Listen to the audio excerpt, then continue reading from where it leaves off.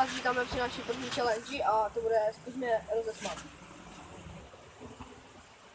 No, takže tady máme vodu a to máme počítat a my se prostě budeme dívat na video a ten, kdo první pustí vodu jako na toho druhého, no, zkusit, tak bude mít prostě úkol. Takže jdeme na to.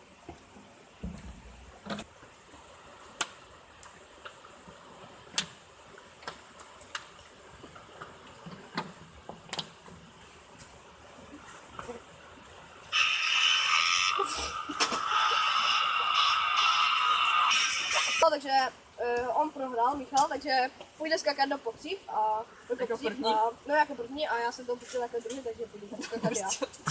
No.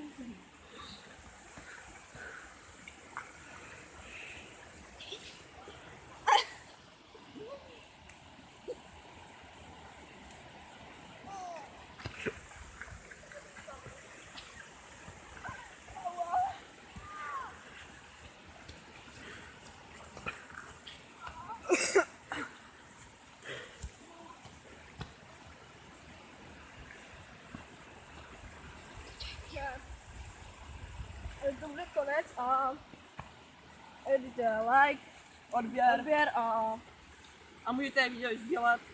no a to všechno, takže čau. Jo.